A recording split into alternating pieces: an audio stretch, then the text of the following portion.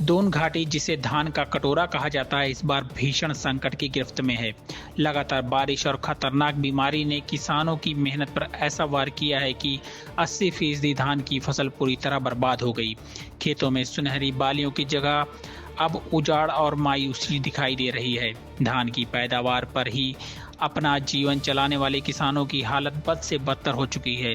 किसान परिवार अब भुखमरी और कर्ज के डर से सहमे हुए हैं। इसी हालात को देखते हुए भारतीय किसान यूनियन चढ़ुणी गुट आगे आई और पांवटा एसडीएम को ज्ञापन सौंपा। यूनियन ने सरकार के सामने कड़े शब्दों में मांग रखी है कि बर्बाद फसल को भी कृषि केंद्रों पर मंडियों में खरीदा जाए। जिन धान की बालियों में कालापन आ चुका है, उन्हें भी समर्थन मूल्य पर खरीदा जाए। संगठन ने साफ चेतावनी दी है कि यदि सरकार और प्रशासन ने किसानों की अनदेखी की तो दून घाटी में सड़कों पर विशाल किसान आंदोलन होगा, जिसकी जिम्मेदारी सरकार की होगी। किसानों ने कहा कि साल भर की मेहनत अब राख में बदल गई है। ऐसे में अगर सरकार ने राहत और खरीदी का रास्ता नहीं निकाला तो अन्नदाता मजबूरन आंदोलन का बिगुल बजाएंगे। एसडीएम को किस विषय में दिया है? आज का जो ज्ञापन था हमारा, वो जो हमारी धान की फसलें ख़राब हुई हैं उस विषय पे था। धान की फसलें तकरीबन 80% हमारे कुछ गांवों में ख़राब हो चुकी हैं, चाहे उसको बीमारी के कारण मान लो या उसको अधिक बरसात के कारण मान लो। किसानों को इसके बारे में कुछ नहीं पता है कि किस कारण फसलें ख़राब हुई हैं।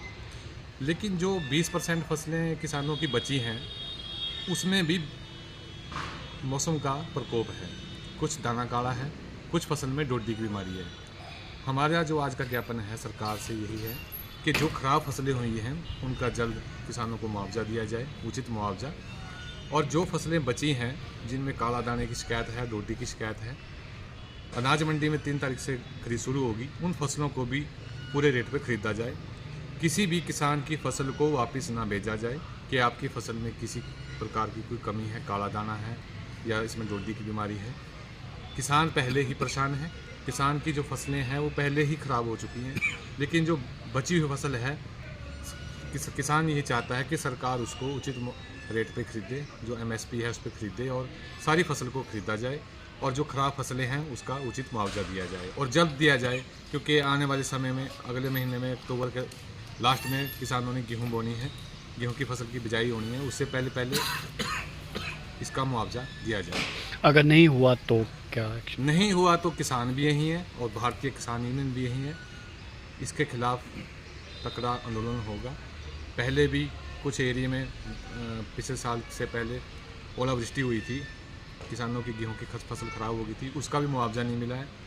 पिछले वर्ष भी धान की फसल ख़राब हुई थी, कुछ एरिया में बीमारी आई थी, उसका भी मुआवजा नहीं मिला है। अब किसान जाग गए हैं, किसान परेशान भी है और मुआवजा किसान लेके रहेगा। भारतीय किसान यूनियन टिकैत की टीम और किसान इस मुआवजे को लेके रहेंगे।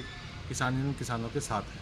पंजाब किसी टीवी के लिए पांवटा साहिब से रॉबिन शर्मा की रिपोर्ट।